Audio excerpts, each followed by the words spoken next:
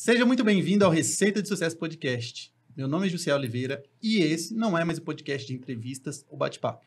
Ele foi criado para ser uma mentoria gravada com as pessoas mais bem-sucedidas do país. As perguntas desse podcast foram cuidadosamente elaboradas para direcionar respostas dos nossos convidados que revelam passo a passo para que você também possa alcançar o topo. Para mais conteúdos, me siga nas redes sociais oliveira.jussiel.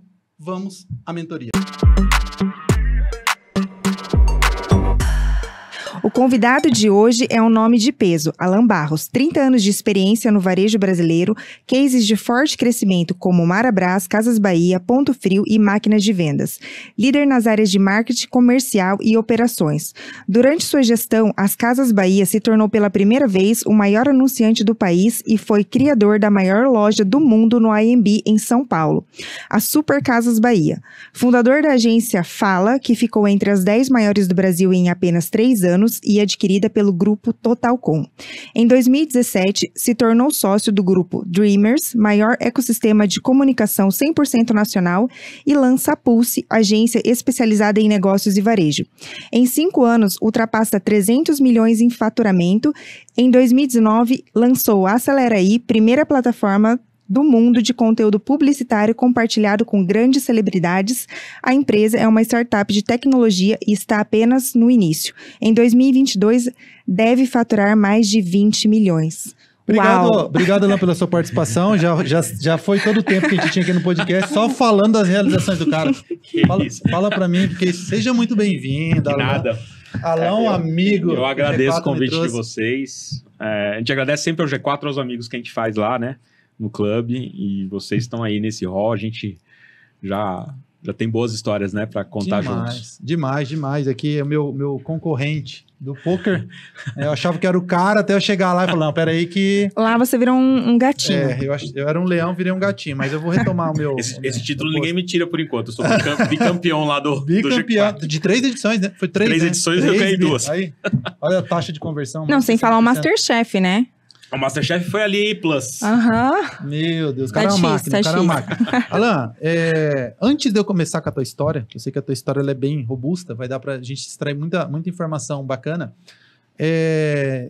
Tem tantas áreas que você é bom, que eu fiquei na dúvida, o que eu vou explorar ali dentro do Alan. Então, como todo empreendedor de sucesso, tem várias áreas que você é muito bom, né? Várias áreas que as pessoas são muito boas, mas tem algo que se alguém espremer o Alan, vai tirar o melhor dele. O que seria isso? Qual que é a tua... Você acha que é a sua... onde você se destaca mais quando fala em negócios? Cara, eu tive um privilégio, falo para todo mundo que eu tive um privilégio na minha vida gigantesco de ter trabalhado com líderes incríveis. Então, eu comecei minha carreira profissional trabalhando com o Nasser, que é o dono da Marabras, que é um cara completamente diferente de tudo que você possa imaginar no aspecto de gestão. Depois eu tive um segundo grande líder que eu aprendi demais, que foi o seu Samuel Klein, na Casas Bahia, um cara que fugiu do campo de concentração, pequeno, chegou no Brasil sem saber falar o português, e olha o que ele criou aqui, que foi o segundo grande líder. Depois no Ponto Frio eu tive com o Manuel Amorim, que foi presidente da Telefônica, que me trouxe para uma realidade de gestão muito mais técnica, que faltava nessa minha experiência. Estou te contando isso porque o que eu posso compartilhar é essa experiência. Legal. Né? Trazer de uma forma muito prática para a mesa o que já foi feito que dá muito resultado, o que já foi feito que deu errado, porque eu costumo falar para o meu time que a gente aprende mais com o que dá errado do que com o que dá certo, porque hoje em dia você ter esse coeficiente de acerto, seu coeficiente de acerto ele só é grande quando você aprendeu errando. Total. Tem uma frase que eu falo muito para o meu time, o inventor da lâmpada, né? Ele tinha tentado fazer a lâmpada mais de 10 mil vezes e um dia o jornalista chegou para ele e falou, cara, como é que você teve paciência de errar 10 mil vezes? E ele falou de uma forma muito prática, eu não errei 10 mil vezes, eu aprendi 10 mil maneiras de como não fazer. Olha só. Que é esse pensamento que eu sempre trouxe para o time, e isso vai gerando um nível de acerto muito grande. Né? Quando você é jovem, você não consegue, você tem que ter muita energia, e com o tempo, se você conseguir absorver como aprendizado cada erro, você começa a acertar mais. Então é isso, o que eu consigo extrair hoje é colocar essa experiência à disposição com um nível de acerto bom. Legal, show de bola. O que é suficiente, né? Olha, pelo currículo, eu diria que é mais do que suficiente, não é? Não, legal. Então vamos construir Aí essa linha do tem tempo. disciplinas, tem a mídia, é uma escola que, de novo, a vida é feita de oportunidades. Eu tive uns negócios que eu participei, a chance de ser o maior operador de mídia do Brasil por muitos anos. Então isso te traz um conhecimento de saber também. Puta, a hora que o dinheiro é... Quando você tem muito dinheiro é muito fácil. Só que se você consegue ter essa experiência, e quando o dinheiro é menor, você tem que fazer valer cada centavo do investimento. Se você tem esse conhecimento, você faz milagre com pouco dinheiro.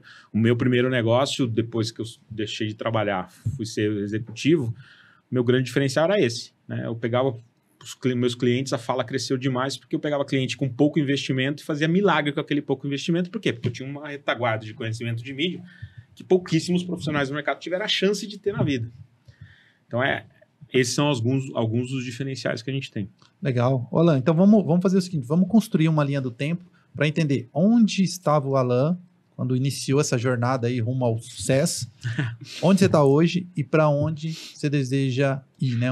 Aonde você quer chegar. Então, acho que se a gente conseguir construir essa linha do tempo, a gente vai conseguir extrair bastante aprendizado. Cara, eu costumo falar, quando eu faço alguma coisa em faculdade, falo para os meninos, o pessoal que está estudando ainda, que eu sou da última estação da Zona Leste aqui de São Paulo, a última estação, porque eu nasci em Mogi das Cruzes, é onde o trem acaba.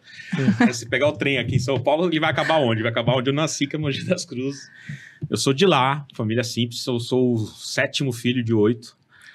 Eu costumo falar que é um problema isso, porque é um problema e foi um decisor da minha vida toda, porque eu nunca tive nada fácil, cara. Quando você não é o caçula, o caçula tem tudo. Eu fui o 7º, então eu tinha 6 na minha frente, Caramba. O caçula pulou na frente de todo mundo, eu tinha um cachorro e uma tartaruga que eram na minha frente ainda. Isso me moldou, falando bem sério, porque eu aprendi desde pequeno, cara. O tênis que eu usava era o que sobrava de todos os meus irmãos aqui antes, e são 5 mulheres. Então, o que sobrava pra mim era o tênis rosa. E eu ia pra escola de boa com tênis cor-de-rosa. Era moda, né? Não era? Não era moda. Eu ia pra escola de chuteira, então... Mas isso ensina, cara, isso, eu falo muito... Mas isso era pior. E isso ensina pra caralho. Caramba. Mas eu até brinco com isso, porque eu falo que... o Jussiel, ele conta essa história, né? Da chuteira de cravo. Chuteira de cravo, não era aquela pequenininha, de cravo. Lá em casa não foi diferente. Eu ia com as roupas dos meus primos, que eram todos meninos, e eu falava, era moda, gente. Na época era moda você andar diferente. Cara, e é engraçado, Alan, porque assim, amanhã eu vou fazer uma palestra lá pro Fernando 123 comprou. E eu falei, cara, eu vou contar minha história. E é interessante por quê? E aí é uma crença minha, tá? Eu falo assim, cara, onde todo mundo acha que é uma fraqueza é onde eu vejo que é a minha maior força. Isso. E eu falo assim, eu brinco e falo assim, sabe por quê? Eu já estive no Vale da Morte. Se eu voltar pra lá, tá tudo certo. É meu território. Eu saio de novo. É isso aí. Agora, e quem nunca passou por isso? Não sabe? É isso. Eu acho que é isso que você tá dizendo, né? Isso que eu tô contando aqui, eu contei poucas vezes, tá? Caramba. Meu primeiro trabalho, eu limpava a piscina, cara.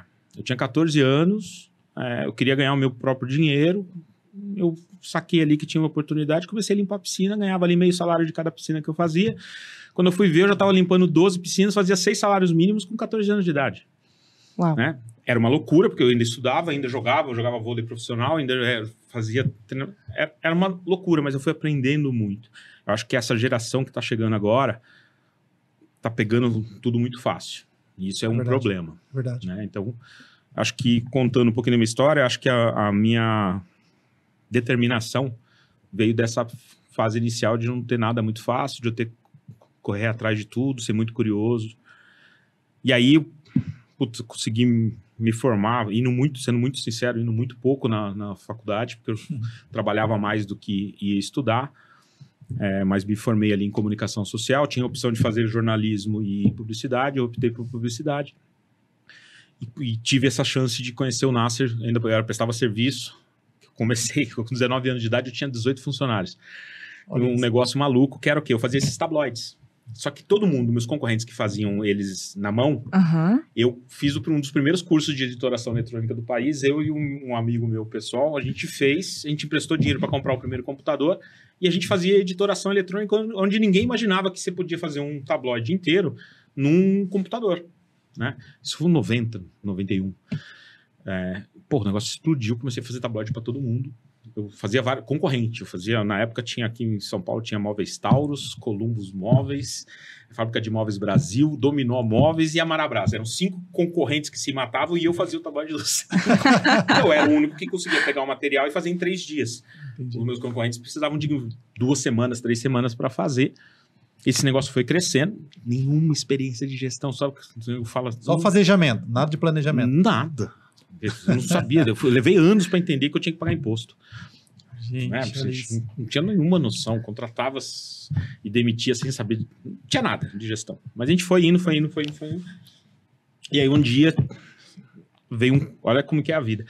Veio um convite para mim trabalhar numa grande agência de publicidade em São Paulo. Eu falei, cara, preciso largar tudo.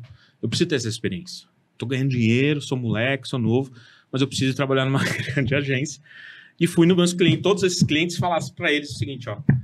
E o meu sócio não gostava de fazer editoração de revista, de um negócio mais qualificado. Ele não ia querer pegar esses tabloides. Então ele falou, vai nos seus clientes e devolve tudo esses negócios. Eu falei, caraca, e agora? O que eu faço? Aí eu comecei a ir cliente por cliente. E quando eu cheguei no cara da Marabras, no Nas, falei, Nas, a partir de janeiro eu não trabalho mais. Arrumar outra pessoa para fazer isso que eu faço, porque eu vou trabalhar numa grande agência. Daí ele falou, não faz isso. Não tem isso. Faz o seguinte, faz um favor para mim, monta. Então, você aprendeu, eu vou te dar uma grana. Você monta a estrutura que você criou para você, para mim aqui dentro do meu negócio. E treina meus funcionários, eu vou te pagar uma grana para isso. Eu falei, porra, isso pode ser legal, né? Comecei a montar um negócio para ele, fiquei 8 anos. Caraca, nunca mais saiu. Nunca mais fiquei lá dentro. Até a Casas Bahia. Fiquei lá até a Casas Bahia. E aí foi uma puta escola, porque a Marabras tinha 3 lojas, a gente foi a 100 lojas em 5 anos. E lá eu não passei sobre marketing. Eu fui o cara de marketing, fui o cara de logística, fui o cara de internet de dados, eu que comprei o primeiro servidor da história da Marabras. Eu que fui negociar. Caramba. Para isso. E isso foi me trazendo essa bagagem de não entender. Por isso que quando eu falo que eu sou uma agência de negócio e comunicação, é porque geralmente o publicitário só entende da ponta do iceberg, que é a comunicação. Uhum. Só que uma comunicação bem feita, ela só existe se a base aqui for bem estruturada, se você entende do negócio do teu cliente. Então, eu não sou uma agência tradicional. Quando me fala que eu sou uma agência, eu não sou uma agência tradicional. Eu entendo do que uma agência faz, só que eu vou muito além porque eu entendo e consigo contribuir com o negócio dos meus clientes. Caramba. Por essa sorte que eu tive na vida de encontrar essas pessoas e naquela época entender que eu ia aprender muito mais estando dentro de um negócio do que estando dentro de uma grande agência. Hoje eu tenho certeza que a maioria que nessa mesma situação que eu passei, iria optar pelo glamour de trabalhar numa grande agência e não ficar lá num negócio que tinha tudo para dar errado. Foram 8 anos com a Marabras. Eu sei que depois volta essa história em algum momento, né? Lá na frente. Não, ele hoje é meu cliente, eu sou parceiro dele. Eu sei, eu não quero acelerar a linha do tempo, porque eu lembro que volta um momento ali, a questão das duplas, que a gente vai falar sobre isso, não quero antecipar nada. Então tá, aí 8 anos ali com a Marabras e depois? Cara, depois aconteceu um negócio muito louco na minha vida, que foi... eu recebi um dia uma indicação de um fornecedor de móveis, que até hoje eu não sei quem é.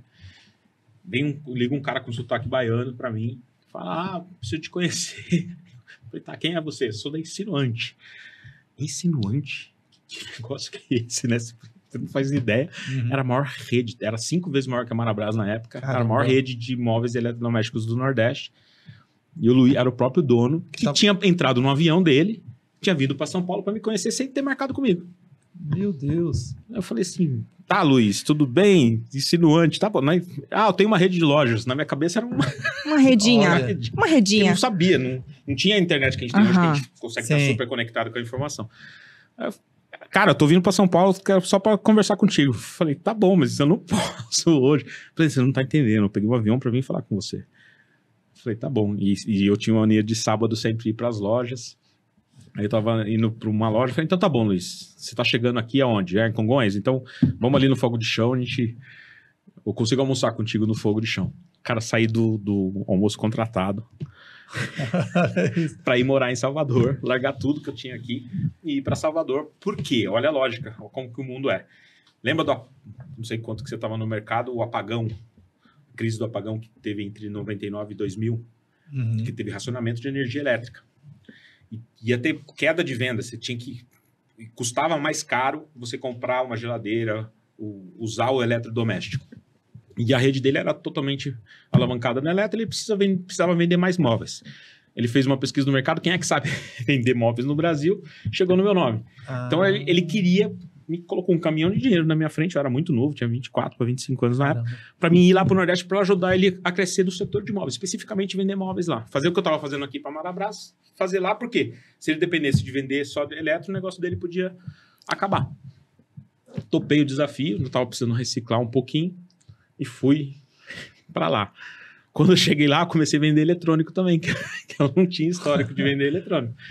E deu um boom tão grande lá no Nordeste que aí chamou a atenção da Casas Bahia. E aí aconteceu a mesma coisa. Um belo dia, recebo um almoço, uma ligação, convidando para vir almoçar para conhecer o seu Samuel. Falei, puta... Esse você sabia quem era? Não pode, sabia quem era, tudo, mas não tinha como sair de Salvador. Eu tava super bem, tava muito bem mesmo. Eu falei, puta, não dá, não sei o que, não sei o que. Não, vem aqui só pra me conhecer, que não sei o que. Eu falei, não, gostaria de conhecer o senhor, tô indo aí, não sei o que. Não, o avião tá indo aí te buscar. Caramba.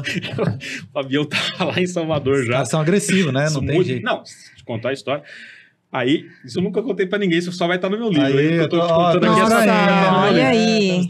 Chego ao almoço, conheço a família ali. O Samuel me chama pra sala dele. Com uma pilha de papel assim na mão, falou, menino, tudo bem? Vou fazer uma proposta para você, só que você tem que responder antes de sair da sala. Então, significa que eu te responder ali. Escassez e urgência, usou 2 gatilhos mentais.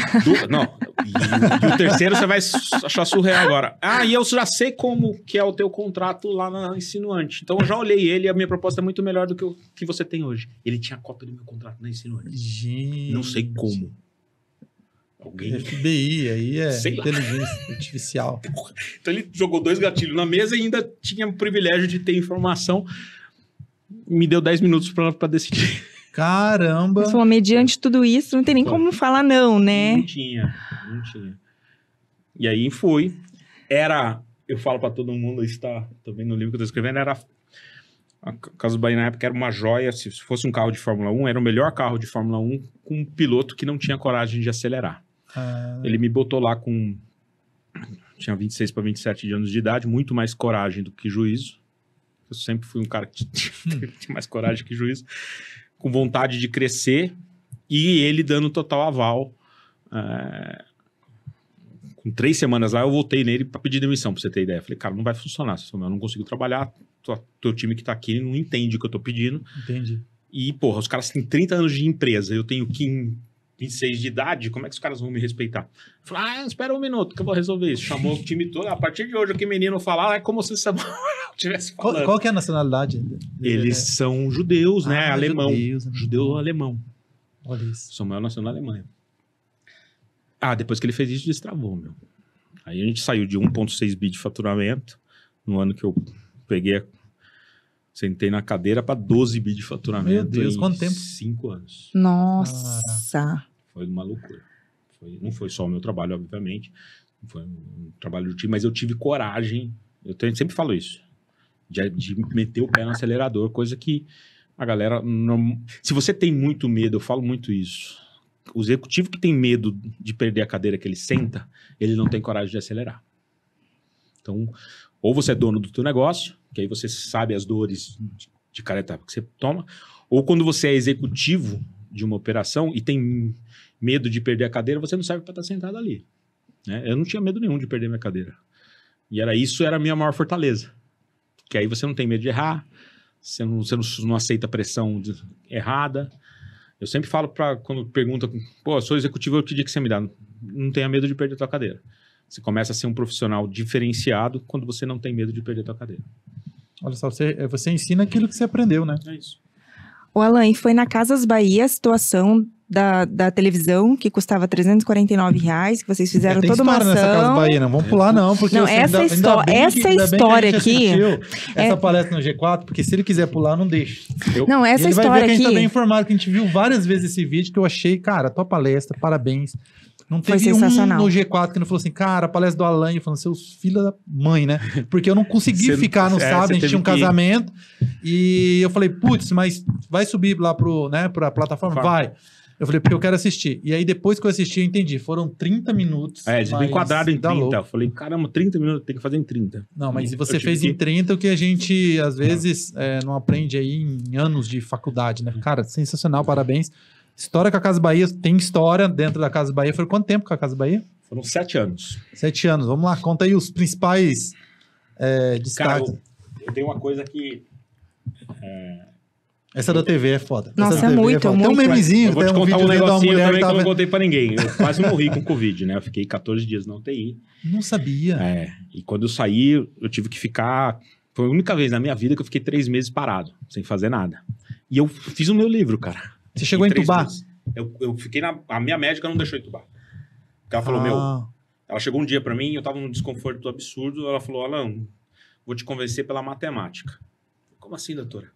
Eu não perdi nenhum paciente que eu não entubei. E perdi 25% dos meus pacientes que entubei. Caramba, que loucura. Você aguenta o tranco de eu vou te dar muito remédio pra segurar pra você não entubar, você vai ter um desconforto da porra, você não vai conseguir dormir, você não vai não sei o que. Mas eu prefiro isso do que você entubar.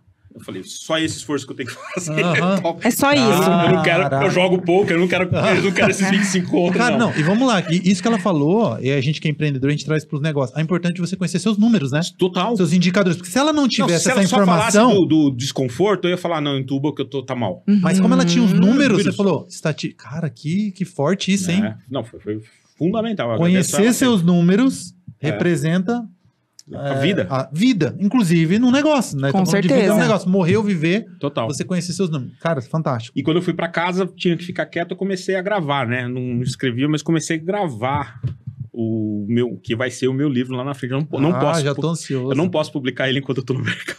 Porque eu conto tudo o que acontece É nos mesmo. bastidores do varejo, que é uma loucura. Mas eu vou... É aquele livro que você pode colocar no mercado quando se aposentar, né? Pode Então, mandar um manuscrito pra gente, que a gente... eu tenho uns 15 anos aí pra... A gente assina o Espero NDA. que eu ainda tenha os 15 anos de Cara, que mercado legal. ativo para depois publicar. E ali na palestra eu tive que escolher alguns casos, né? Esse caso que você está falando foi bem emblemático para mim, porque a gente estava inaugurando uma loja. Foi o ano que a gente... Foi uma loucura. O ano que a gente inaugurou 200 lojas num ano. Isso dá quase uma loja, 3 lojas por semana, né? São 56 semanas.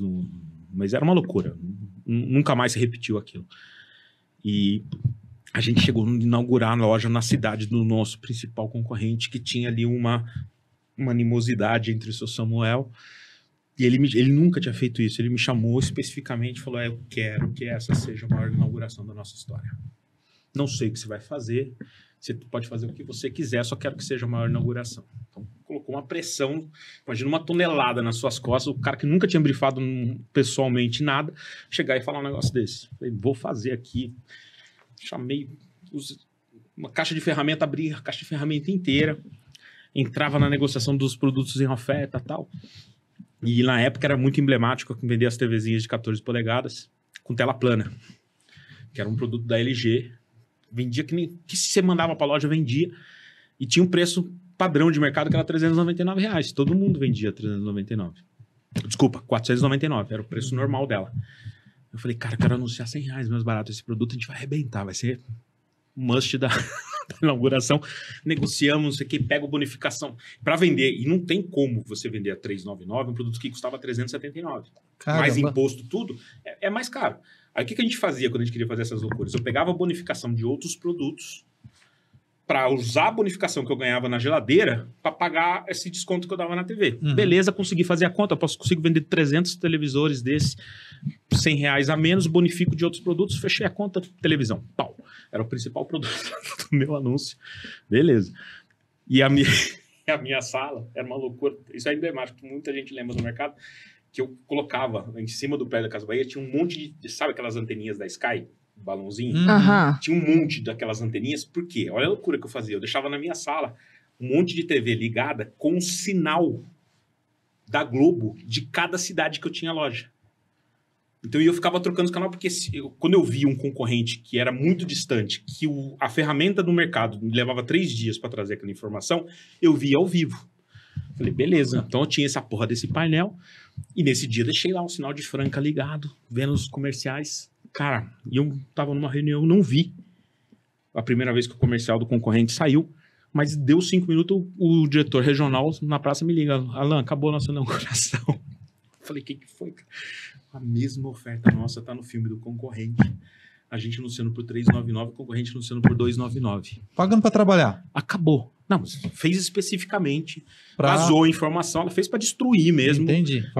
Não era só sobre a quanto que ia vender de TV, era para destruir a percepção. Aí ficou pessoal o negócio. A percepção da inauguração. O cara forasteiro tá chegando aqui, mas quem vende mais barato sou eu.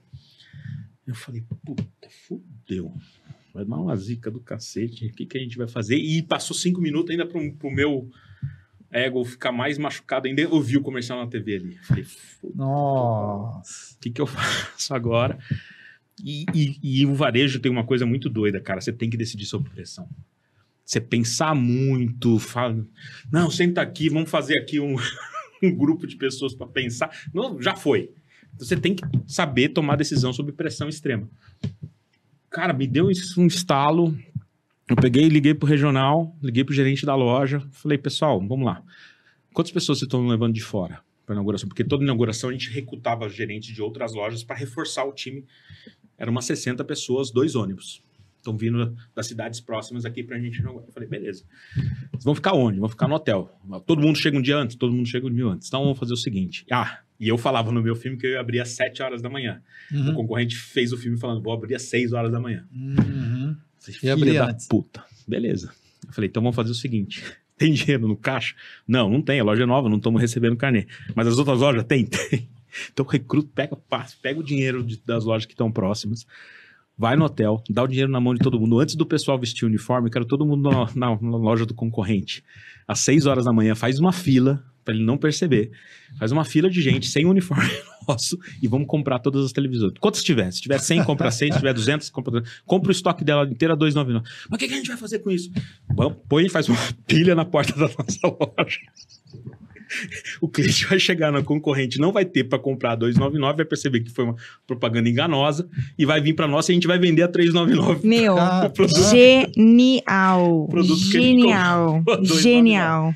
Que loucura. Eu tô achando até que aquele videozinho que tá rolando, não sei se você viu, Alan, que tá nas redes sociais, de duas senhorinhas vendendo ovos, aí uma olha o preço, uma coloca dois, né, para baixar o valor, um tá 3,50, 2,50, daí ela vai lá, compra todos os ovos e coloca o preço a 4,50 daí, porque daí lei da demanda e oferta. Caraca! Cara, mas eu não tinha como amarrar isso contabilmente. Não tinha. Como é que eu dava entrada nesse estoque? Que loucura, que nocaute que você deu. Então, assim, era operacionalmente, era uma puta loucura que eu tava fazendo. Eu reconheço que era uma puta loucura. Tanto que aí acontece tudo isso entre 6 e 7 horas da manhã, 8h30 da manhã, a secretária do seu Samuel me chama pra subir na sala dele. Tava lá o cara da contabilidade e o cara da tesouraria, putos, né? Eu falei, vamos mandar embora. Eu falei, vou embora feliz. Não tem medo de perder a cadeira? Não tenho medo de perder a cadeira. Quero que se dane, deixa eu mandar embora. Aí os dois chegam assim, esse moleque é maluco. Olha o que ele fez, como é que a gente vai dar registro contábil nisso? Como é que eu vou entrar com isso no estoque? O outro falando, não pode fazer isso, tirou o dinheiro do caixa, tem minha autorização, não sei o que, reclamando pra caralho. Esse Samuel sentado, virado. Ele não olhava a minha cara. Ele ficou virado olhando pra janela. E escutando os dois buzinar, ele levanta da mesa, vem do meu lado. Ah, menino, parabéns! Muito bem, pode fazer sempre. Deixa que eu me entendo com eles. Pode ir na sua sala. Porque ele entendeu que eu estava cumprindo uma ordem que ele me deu. De fazer a maior inauguração da história. Eu vendi todos o meu estoque de TV, mais o que meu concorrente tinha de Não, vocês não então, só fizeram a maior inauguração como você fez o concorrente parecer fraudulento, uma propaganda enganosa. Não é nem fraudulento. Uma propaganda enganosa, né? Que ele não tinha o que não ele tinha, prometeu. Mas não, foi assim, um nocaute mesmo. E além de tudo, perder lucratividade. Não, a gente ganhei mais dinheiro vendendo TV do concorrente do que a minha. E o concorrente perdeu, ainda sentiu no bolso também. Então não foi só. Foi não. Melhor teria sido ele deixar quieto, né? Deu problema, depois a gente fiscalmente foi um problema acertado. Então, tivemos que pagar a multa ali da operação que a gente fez, porque como é que o produto entrou no meu estoque e saiu, mas, cara, tudo isso é o que a gente sempre falava. É retaguarda. O importante é que a gente fez tudo pelo nosso cliente. A gente fez tudo para gerar uma empatia numa praça nova que a gente estava entrando, e isso foi mais do que conquistado. Então, os problemas que a gente gerou com a decisão foram muito menores do que o efeito prático que a gente gerou no cliente, que a gente, numa cidade que a gente estava chegando, que a gente precisava mostrar a nossa cara. Então, Esse é um dos casos, depois do meu livro tem uma porrada. Caramba. Olha, meu, isso foi sensacional, né? Não, foi Eu demais. falei, Gisele, eu gostei tanto dessa parte que eu voltei 2 vezes. Da primeira vez que eu ouvi e na segunda vez eu voltei também. Hoje eu consegui contar com mais detalhezinho, porque lá eu fiquei preso no tempo. Eu vi que você tava correndo ali Não, mas contra o aqui tempo. a gente tem a tarde inteira. Eu sei que você não tem, mas se precisar voltar, a gente volta, fica aqui. Pra mim, eu fico o dia inteiro. Mas e aí, Alan? foi E aí? isso. E aí teve outro case de sucesso. Esse foi nível nacional da Casas Bahia, né? A Super foi um negócio muito doido. A história porque... do Zé, né? Era o Zé? Ah, não, você tá falando do Quer Pagar Quanto. É, do Quer Pagar Quanto. Deve ter tido várias, né? Mas essa do Quer Pagar Quanto, que foi do Zé, o nome dele? É o vendedor. Eu tinha uma mania de sempre ir pra loja e eu fazia com que o time de marketing fosse junto. Porque existe um recado que eu posso dar aí para time que às vezes existe uma falha gritante e o dígito está potencializando isso, que é quem está ali operando o marketing do teu negócio não entende da vida real. Fica muito distante do balcão, né? Muito distante. E como que eu resolvia isso? Eu mesmo, todo sábado, estava visitando loja e eu fazia uma parte do time de marketing junto para os caras colocarem, ver a dor real do PDV, ver para quem a gente vende de verdade. Às vezes o cara vem com um texto tão elaborado, esquece que a gente, 60% do país é muito simples. Né? O Brasil profundo que a gente fala é muito distante, né, do que às vezes do ambiente de escritório que você vive. E eu fazia o time sempre ir com essas visitas que eu fazia em loja. E eu tinha um costume básico, que é, geralmente, quando você faz uma visita, você só quer escutar coisa boa, né?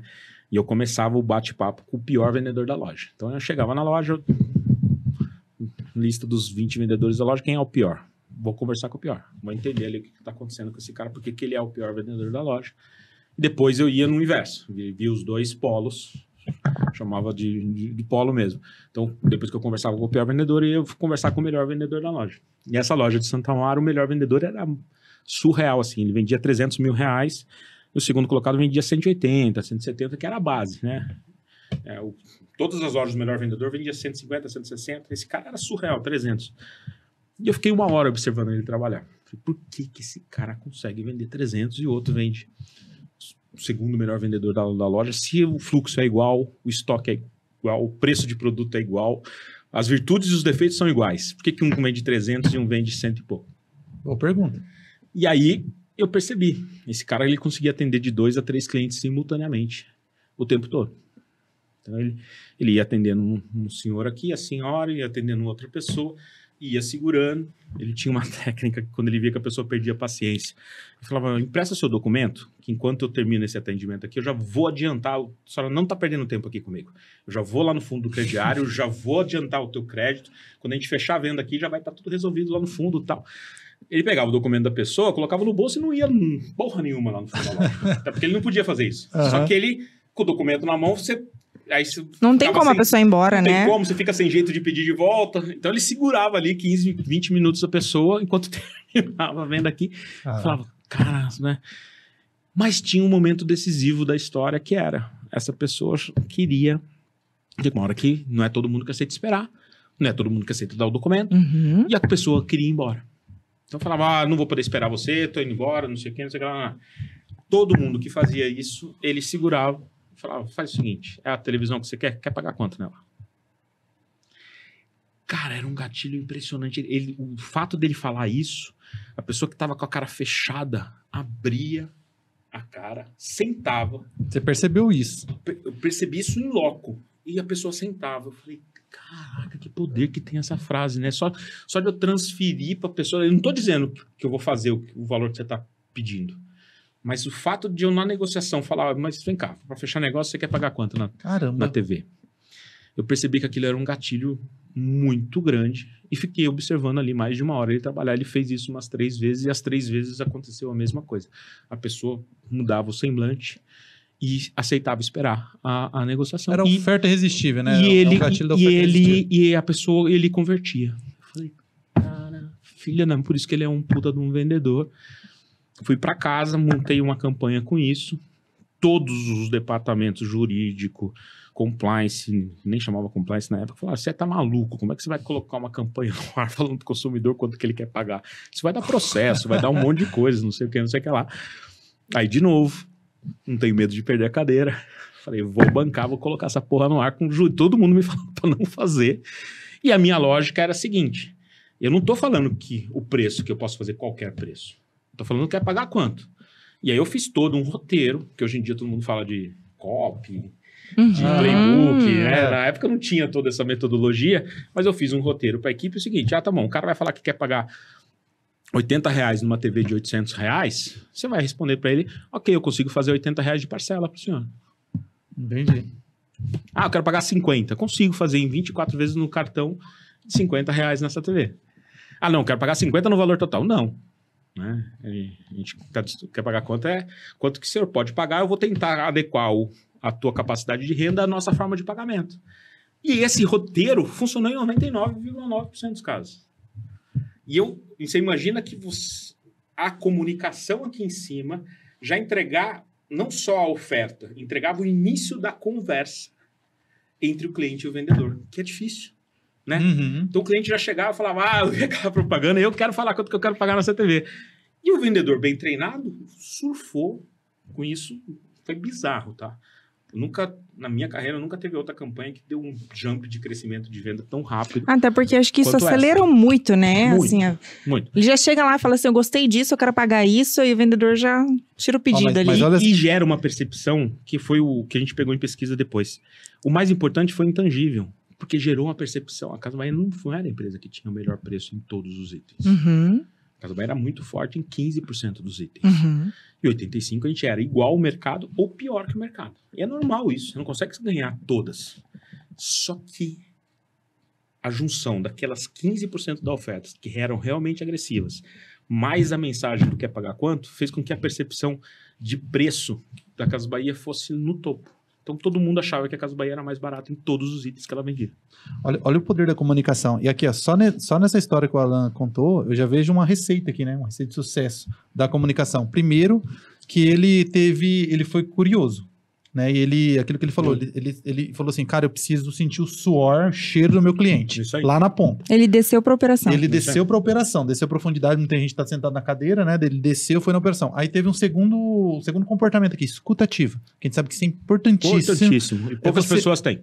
Porque não é o que o Zé falava, é como você conseguiu captar que o que o Zé falava que fazia a diferença, que era aquela frase. Isso. Porque você poderia ouvir, cara, não, esse cara aqui que ele é dinâmico, ele trabalha bem, ele é... E não era esse o ponto. Você conseguiu, com maestria, entender. E aí vem um terceiro processo. Como eu dou escala em algo que é muito artesanal, né? Pessoal, né? Exatamente. Como que eu dou escala? Aí ele montou a estratégia, só que aí teve um outro ponto determinante. Teve que acertar no modelo, né? O modelo que ia fazer a campanha, né? O profissional. Como que foi esse... Cara, ele já vinha fazendo pra gente, né? Ele fazia um segmento só, que era móveis pra mim, que era o Fabiano. Ele tinha um negócio pra mim que é fundamental. Quando você consegue criar um mecanismo, se você tem muita frequência de comunicação, você precisa ter empatia. Porque senão você fica chato. E eu tive essa visão no Fabiano. Eu falei, esse é o cara que eu vou poder fazer 200 comerciais por dia e que o mais jovem vai gostar, o do meio vai gostar e a senhora vai gostar, porque eu estou invadindo a casa das pessoas com o meu comercial todos os dias. Né? É uma invasão. Uhum. Né? A publicidade ali, principalmente do offline, ele é uma invasão. Você está assistindo teu filme que você está gostando ali, teu futebol, vem intervalo comercial. Se você não conseguir ser empático naquele momento, é um momento intrusivo, é um momento de invasão no consumidor. E ele me entregava isso de uma maneira muito forte. Mas faltava uma pegadinha mais hard sell. Depois do que pagar quanto, quebrei essa barreira, porque daí quando eu precisava ser hard sell com ele era muito. Quando eu precisava ser mais empático, ele era muito. Eu monitorava, muita gente falava, não aguento mais ver o cara na televisão, porque, cara, tinha dia que tinha 60 comerciais. Caramba. Era muita coisa. Nunca mais ninguém conseguiu criar essa máquina de tanta frequência de TV como a gente criou naquela época. E ele conseguia manter essa neutralidade, não era rejeitado, pelo contrário, tinha um carinho legal, mesmo quando tinha que fazer uma comunicação muito hard sell. E o que é pagando a conta virou uma marca, né? Hoje outro dia ele faz o Acelera Aí pra mim hoje, o Fabiano. Outro dia ele foi lá na agência, tem uma feira... Toda sexta-feira tem uma mini feirinha em frente à pracinha ali da agência. Cara, eu fui com ele na feira, os fetrantes todos, olha aí, eu quero pagar quanto? Cara, tem Olha, 20 não. e poucos anos, 20 anos isso. Ninguém esquece. Não, ele 20 anos. E sabe quanto tempo ficou no ar? Eu falo isso na palestra, 3 meses. Meu Deus. Você tá brincando. Ficou 3 meses. Eu lembro das 3 meses só, propagandas. porque eu tive que tirar. Deu o Ministério Público, deu um monte de jurídico. Imagina. Tem gente que quer usar pro mal, né? Sim. Sempre Ah, tem. sempre. Principalmente, né? Quantos Concorrente. caras não entraram na justiça e falaram, não, eu vi a mensagem, eu queria pagar R$1 numa geladeira. E o cara entrou com uma ação na justiça querendo que a gente fizesse. A gente ganhou todas, não perdi nenhuma ação. E com o mínimo de bom senso, eu não estou falando que você pode pagar qualquer valor, tu abre uma Sim. negociação, mas começou a ter uma recorrência tão grande de casos que a gente já tinha consolidado o sucesso, né? Tem um aprendizado bom também que eu tive na vida, é o seguinte, você tem que largar um conceito que você acerta no auge. Você não pode estragar ele. E tem pessoas que quando acerta, vai até chegar no osso, deixa estragar. Aí você nunca mais pode usar. Né? Então, na época, a gente falou, já cumpriu a missão, já tá, vamos pra próxima e vamos embora. Show de bola. E até pra ele deve ter ficado muito marcado, né? Igual, Muito. igual o ator lá do Harry Potter. Tentou fazer outro filme, mas, cara, é do Harry Potter. Mas posso falar, eu sempre falei isso pra ele. Falei, cara, vou fazer um negócio contigo aqui que você vai ficar marcado pro resto da vida. Só que você vai ganhar dinheiro agora com a gente. E ele ganhou bem, foi bem. Ele é um ator de teatro hoje, Ele é né? sensacional. Ele é muito bom. E recente, Mas a imagem dele ficou muito associada à Casas Bahia, né? E ele volta de vez em quando, né? Passa 3, 4 anos, quando a Bahia precisa dar um up, vai lá e traz o cara de volta. Não é isso. Que legal, acabou virando a cara da empresa. E aí, depois das Casas Bahia, tem história ainda. Cara, aí a gente deu na Casas Bahia, fiz ali a Super Casas Bahia, que foi um negócio muito legal também, a maior loja do mundo. Primeira vez que a Disney trouxe um show completo da Disney com 100 e poucos atores. Caramba. Fora dos Estados Unidos. Era insano isso. Fazer um negócio desse e eu não gastei R$1 da empresa. Porque eu fechei com a Disney e saí catando dinheiro dos patrocinadores, fechei com o Bradesco patrocinou. Até hoje é a maior ativação de cartão de crédito do Bradesco em um evento só. A gente fez 160 mil cartões de crédito ativados. Não era... Você emitir o plástico é fácil. Você ativar, fazer o cara comprar na hora, que era o difícil. O Bradesco me deu esse desafio. Falou, cara, eu te pago 6 milhões de patrocínio que você tá me pedindo aqui, mas você tem que ativar cartão. Não quero que você emita cartão. Falei, fica tranquilo. Aí o ingresso da Disney, o que era? Ativação do cartão. Ah, olha isso. A gente ativou 160 mil ingressos, 160 mil cartões, que o cara emitiu o cartão, tinha limite, ele ia, comprava na loja e já ganhava o ingresso pra Disney. Foi um puta case também.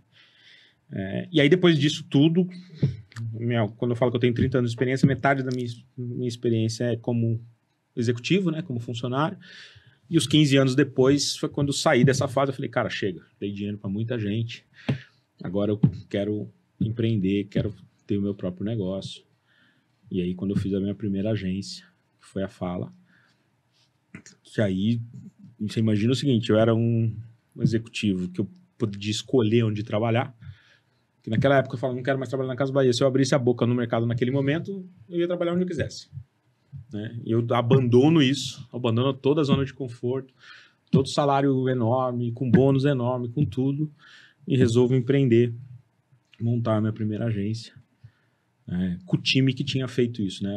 A Fala foi uma insanidade bizarra, porque ela nasceu com 30 funcionários, eu tinha 2 contas, 2 boletos para pagar, conta de água e conta de luz. As pessoas falaram, você montou uma agência com que cliente? Eu falei, não, tinha 2 contas, de água e de luz para pagar, e 30 pessoas, mas a gente tinha uma crença muito forte no modelo, que era pegar esse mesmo modelo que eu tinha feito e começar a fazer para outros perfis de clientes. E aí foi embora. From 2007 até 2010, 11... e aí eu cometi um dos grandes erros na minha vida, que foi fazer um M&A totalmente desestruturado.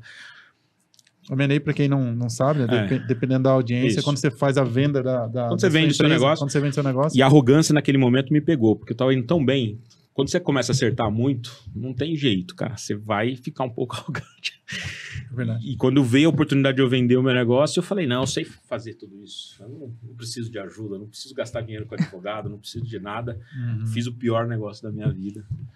Que eu vendi mal, vendi errado e fiquei preso num negócio que eu não estava afim. Então eu tinha um contrato lá com uma multa absurda que eu precisei ficar travado por 5 anos fazendo o que eu não acreditava. Eu sempre dou isso de alerta para as pessoas, porque hoje quem tem a chance de criar um negócio, esse negócio vai crescer, você vai receber oferta, vai te encantar os olhos, não tem nenhum demérito em você monetizar aquilo que você criou, zero, eu acho super louvável, ainda mais quem não tem medo de voltar, você cria outro e vai e vende de novo, não tem problema. Só que faça isso com gente experiente do lado. Eu, a primeira venda que eu fiz, não tinha essa visão. E foi uma fase difícil. Eu cumpro, se eu assinar um papel de pão contigo aqui hoje, eu vou cumprir na íntegra até o final. Então, mesmo estando descontente, mesmo estando infeliz, eu cumpri o acordo. Essa primeira venda que eu fiz, tinha que ficar 5 anos no negócio, eu fiquei. Mas quando deu 5 anos e um dia, eu fui pro meu sócio e falei, tô indo embora. Não quero mais ficar aqui, tô livre no contrato. E aí, na época, eu ainda pedi pra ele, falei, cara, como eu cumpri os 5 anos, me libera do não compete, me deixa criar o outro negócio. E o cara falou pra mim, não. De jeito nenhum, você vai cumprir mais 2 anos de não compete. Eu falo que o universo conspira a favor, né? Eu tô no mercado hoje, esse cara não tá mais. Olha isso. Perdeu um negócio dele de mais de 20 anos. E a decisão era simples na época, né? Falar, cara, você me ajudou. Gratidão, né? Gratidão. Você me ajudou, você cumpriu o que combinou comigo. Tá livre. É isso aí. Vai embora. Ele foi e falou, não, você vai ficar aí, você vai cumprir ou não compete. Eu falei, tudo bem. Cumpri. Nessa época aí, olha como que a vida é, né? Eu queria parar de trabalhar e veio a máquina de vendas e falou, você vai montar outra agência, eu te dou a conta. Eu falei, não posso montar agência. Aí o Ricardo Nunes falou, bicho, eu tô criando um negócio que eu nem sei se vai dar certo, que é a fusão da máquina de vendas com o Ensino Antes, que eu tinha ido lá atrás. E você é o único nome que agrada ao Luiz e a mim. Olha isso. Que eu tinha trabalhado pro Luiz lá atrás. Mas eu falei pro Ricardo na época, Ricardo, não vou, cara, porque eu quero criar minha agência agora 100%, agora eu tenho experiência suficiente, não faz sentido, não vou trabalhar para você agora, sendo que eu vou querer montar a agência. Não é legal. Aí o Ricardo, muito rápido, falou, não, a gente faz um acordo. Vem pra cá, você trabalha pra mim esses 2 anos. Quando terminar os 2 anos, se ainda quiser montar a tua agência, você leva a minha conta. Mas eu acho que eu vou te convencer a ficar trabalhando pra mim pra sempre. Aí eu fiquei 2 anos com ele, montei a minha agência e ele cumpriu a parte dele. E aí nasceu a Pulse, que é hoje com a primeira conta já grande da Ricardo Eletro na época. Que foi também um aprendizado muito grande. Caramba. É muita história, né? E aí, depois da Pulse, aí vem a Acelera Aí. Cara, o Acelera Aí foi um negócio... Aí isso é sensacional. Aí a gente tem que... O Acelera Aí, ele nasceu, cara, numa insatisfação minha. Um dia fiz uma apresentação para um grande cliente, um projeto incrível que a gente criou para ele. Até acho que vale a pena contar, eu não contei naquela palestra, bem rapidinho. Não sei como é que a gente tá de horário. Aqui a gente pode ficar até às 10. Não, beleza. O horário dele, tem o horário dele. Eu preciso sair em 15 minutos. Esse cliente, ele queria patrocinar um grande clube de futebol e ele já tinha feito isso e tinha investido 60 milhões de reais e o ponteiro de venda dele não tinha mexido. Eu posso falar aqui, o BMG. Então ele era patrocinador do Atlético Mineiro na época que ganhou a Libertadores, do Flamengo com o Ronaldinho Gaúcho, do Santos com o Neymar. Então, todos esses times ele tinha presença no peito ou na manga, mas de fato não tinha ajudado o clube a gerar negócio. E o presidente do banco na época, antes de fazer o IPO, que era a família que tomava conta do banco, chega para mim e fala o seguinte, porra, vocês estão mandando muito bem aí no que vocês estão fazendo, vocês otimizaram meu investimento de mídia, eu quero ver se resolver esse problema. Como é que eu volto pro futebol de um jeito que gere negócio pro banco? E aí eu, cara, voltei para casa, falei, o negócio não é comprar o patrocínio. Vamos fazer o que a gente sabe fazer bem, vamos chamar os clubes para serem sócios de um banco. Então, em vez de pagar pelo peito do Corinthians, que vale 25 milhões hoje, eu vou chamar o Corinthians para ser sócio do banco, vamos criar o banco do Corinthians, BMG. E se o Corinthians gerar engajamento na torcida, cada conta que abrir, o Corinthians ganha dinheiro. E a gente faz uma antecipação de profit pro Corinthians, e o Corinthians vai ganhar, em vez de 25, ele pode ganhar 60 milhões na camisa. Mas se ganhar 60 é porque o banco tá crescendo, tá abrindo conta digital pra cacete. Aí levo isso pro board do banco, o banco fala, pô, muito legal, quero ver você convencer os clubes. Aí eu falei, me fala aí qual clube que vocês nunca conseguiram patrocinar que vocês querem. De novo, não tem medo de perder a cadeira, né? Aí ele falou, Corinthians, eu já patrocinou, mas nunca conseguimos o Corinthians. Eu falei, então tá bom, então em 15 dias eu trago o patrocínio do Corinthians aqui pra mesa. Aí o pessoal da diretoria do banco deu risada e tal, você não vai conseguir, né? Em 7 dias eu voltei com um projeto aprovado pelo Conselho do Corinthians. Caramba. Na cara e na coragem, fui, marquei reunião com o presidente, marquei com o vice-presidente, fiz a defesa do projeto. Lindo, aprovou. Quando aprova a campanha, fechou o negócio, a gente fechou Corinthians, Atlético Mineiro e Vasco da Gama. Eu vou levar a apresentação para o cliente, levo 5 campanhas para o cliente. O cliente escolhe uma puta boa, a pior campanha das 5. Eu volto com uma frustração pra gente. Mas ele escolhe isso, Alan, desculpa fazendo esse corte aqui, curiosidade, por valor? Não. Não? A minha função como agência de publicidade é trazer opção para mesa. Sim. Eu levei 5 opções. Não é que era ruim, eram boas, é o meu time que criou. Sim. Só que tinha opções mais desafiadoras, vamos falar assim. E às vezes quem tá no marketing opta pela opção mais segura. Entendi. E eu tenho um viés mais agressivo. E voltei frustrado para a agência com aquelas 4 campanhas muito melhores, na minha opinião, do que aquele foi aprovado. E me deu um estalo, cara. Isso foi em 2019. Me deu um estalo. Falei, cara, quantas vezes isso não acontece no dia a dia? Quantas campanhas boas eu não tenho jogada dentro dos nossos arquivos? Chamo o cara de TI. Cleitão, que tá com 20 anos comigo, quantas campanhas tem no nosso servidor aí que a gente nunca usou? Ele volta para mim, tem mais de 3 mil campanhas. Meu Deus. Aí eu chamo o financeiro, o Samuel, que também tá comigo há 20 anos. Muca, consegue fazer uma estimativa de quanto tem de valor nesse hora homem que a gente gastou? Ele fez uma média, obviamente. A gente tem hoje um sistema de timesheet que, se você me perguntar do job de hoje, eu consigo te falar. Mas do passado, não. Mas ele fez uma média disso e falou, cara, tem uns 6, 7 milhões de reais jogado no lixo aí. Meu Deus. Aí veio o estalo original do Acelera Aí, que era o quê? Eu ia vender essas campanhas, já que estão prontas, tira as marcas, usa ela, porque tem pensamento criativo, tem um monte de coisa boa nesse negócio. Tira as marcas e vamos vender isso para uma marca que não tem condição de como tratar uma agência. Porra do caralho, né? Vai funcionar. Investir em tecnologia, o cacete, não sei o que, não vendeu nada. Uma, né? Uma. Não era nada. Uma forçada pro amigo. Falei, puta. E eu já tinha botado um dinheiro no desenvolvimento da tecnologia. Aí eu fui entender. Aí, de novo, você mergulhar no processo, querer entender. E eu, além de entender, eu fui buscar no passado o que faltou, né? E aí veio o gatilho principal do Acelera Aí. Que, porra, eu fui voltar lá na Marabras. Meu primeiro grande case de sucesso, como é que foi? Foi quando eu convenci, a gente tinha só 3 lojinhas, a gente convenceu o Pedro de Lara, que era o antagonista, era o vilão do jurado do Silvio Santos, mas tinha o peso de ser uma celebridade para a época, e fez toda a diferença para a Marabras quando ela só tinha 3 lojinhas. E aí veio o insight. O problema, o defeito não estão nas campanhas. Então, que elas estão muito estruturadas para uma marca que precisa ainda de autoridade. A campanha por si só não entrega autoridade para a marca. Eu preciso resolver isso. Como que eu resolvo? Com uma grande celebridade no projeto. E para convencer a celebridade a entrar num negócio desse, falar para ela que, ó, vou pré-produzir, vou ser um Netflix da publicidade, vou pré-produzir campanha contigo, vou vender isso no custo baixinho, só quer ganhar pouco de muitos anúncios. Escutei uma porrada de não, até o dia que eu cheguei com o Faro, num jantar com ele, a gente tinha fechado um negócio, contei para ele da minha ideia, e ele teve a visão muito rápida, muito antes da transformação digital que a gente vivenciou na pandemia. Ele teve a seguinte visão, ele falou, cara, esse jogo tradicional da publicidade vai migrar para os pequenos anunciantes. Olha isso. Ele foi o seu Ronaldo, a gente conversou com o Johnny aqui, lembra da palestra que a gente teve? Quem é o seu Ronaldo? A pessoa que viraria o jogo do teu negócio. O Rodrigo Faro foi o teu Ronaldo. Tanto que ele é sócio do projeto hoje.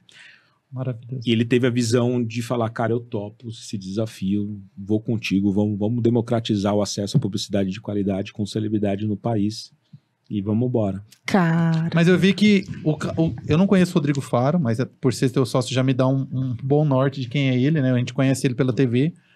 Mas o que eu percebi, Alan, e aí você me corrija se eu estiver errado, que não era só dinheiro, eu vi que ele é um cara que olhou pro propósito. Vamos ajudar os pequenos, médios, entendeu? Não é só dinheiro. Se fosse dinheiro, ele não fazia, né? Ele é um cara que tá... Se ele parar de trabalhar hoje, o tataraneto dele vai estar bem de vida. Ele entendeu o propósito, que era ajudar Ele entendeu mais do que ajudar, o quanto que ele ia transformar a carreira dele em algo útil para as pessoas.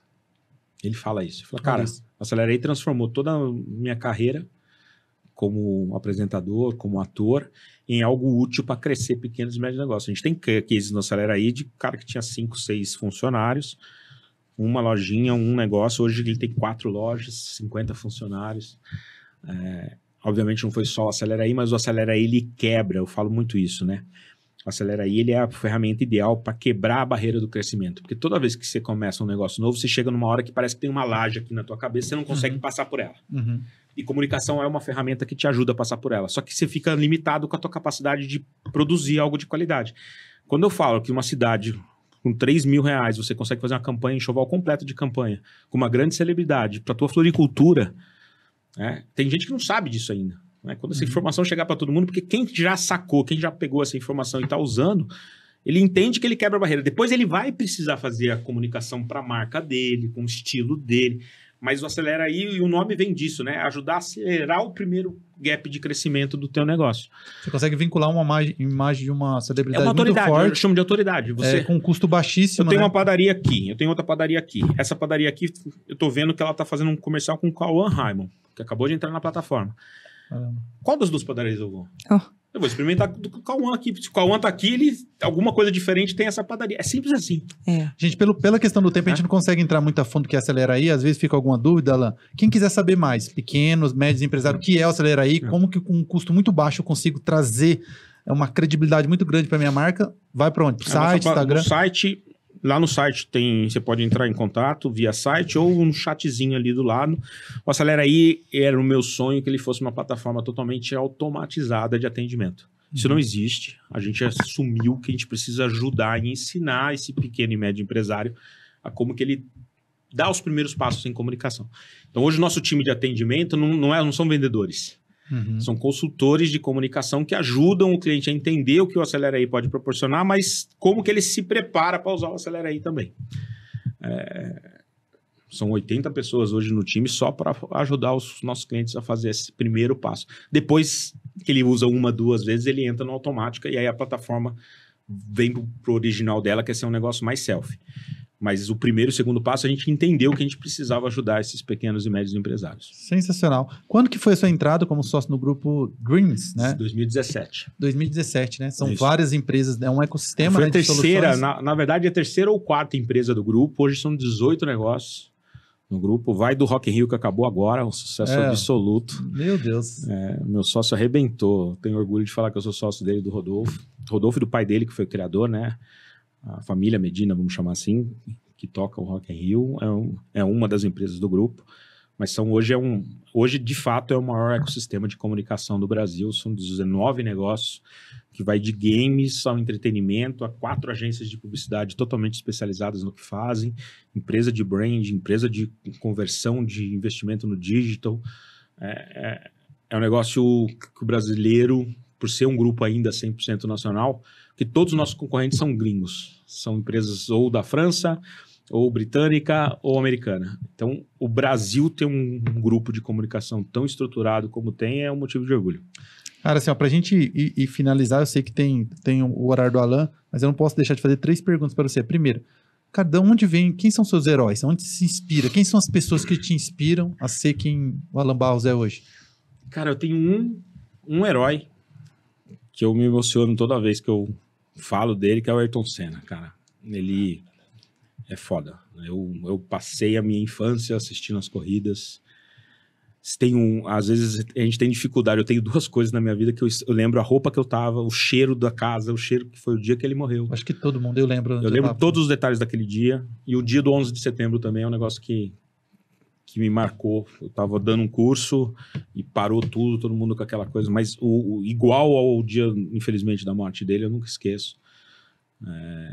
E ele, quem tem a paciência de entender a história dele, porque ele tem a versão Ayrton Senna esportista, né, de altíssima performance que ele foi, e a pessoa do Ayrton. E ele era um empreendedor, cara. Quem tem a curiosidade de entender como que o Ayrton pensava, ele tem inúmeros insights ali que eu uso na prática. Minha missão, visão e valores dos meus negócios sempre são lastreados em frases dele, em pensamentos dele, porque ele tem muita coisa ali. Ele era um empreendedor nato, que focou a genialidade dele no esporte. Mas ele poderia ter feito qualquer coisa da vida dele. Maravilha, legal. E livros, cursos, onde você se inspira para ser um profissional melhor, se desenvolver? Cara, eu sou extremamente curioso. Eu leio absolutamente de tudo, de tudo. Tô lendo um livro agora que é muito bom, chama Marketing 5.0, do Kotler. Eu não sou fã do Philip Kotler, não sou fã, mas eu gosto, eu me rendo quando o cara escreve um negócio legal. Tô lendo agora. Já seria uma das perguntas, já está respondida. Marketing 5.0 vale muito a pena, porque ele fala exatamente desse modelo, como é que você trafega no universo. Nunca a nossa civilização teve 5 classes, 5 tipos de geração tão diferentes uma da outra convivendo ao mesmo tempo. Né? Os baby boomers, que é a geração lá de entre 40 e 60, estão convivendo com a geração atual agora, que são nativos 100% digitais, com uma diferença cultural bizarra, né? Você pega, quem nasceu hoje não sabe o que é o telefone tradicional. Né? Mas ainda tem esse público vivendo, e ele fala, o Marketing 5.0 começa a ensinar a gente como que a gente opera entendendo essa diversidade de gerações tão contrastantes. Então, recomendo.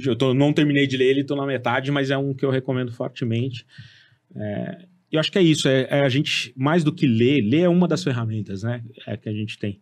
Hoje me falta tempo, eu tenho um aplicativo lá, 12 minutos, não sei se você já viu, que, porra, você vê o resumo de um livro ali em 12 minutos no carro, no trânsito, em vez de ficar escutando que não tem nada a ver. Quando eu escuto ali um resumo de um livro que é muito bom, eu vou e arrumo o tempo para ler. Mas o que eu gosto de compartilhar como aprendizado é a curiosidade, cara. Seja curioso. Que legal. A curiosidade te evolui. Né? Quem não é curioso tem mais dificuldade para evoluir. Quando você é curioso, você evolui.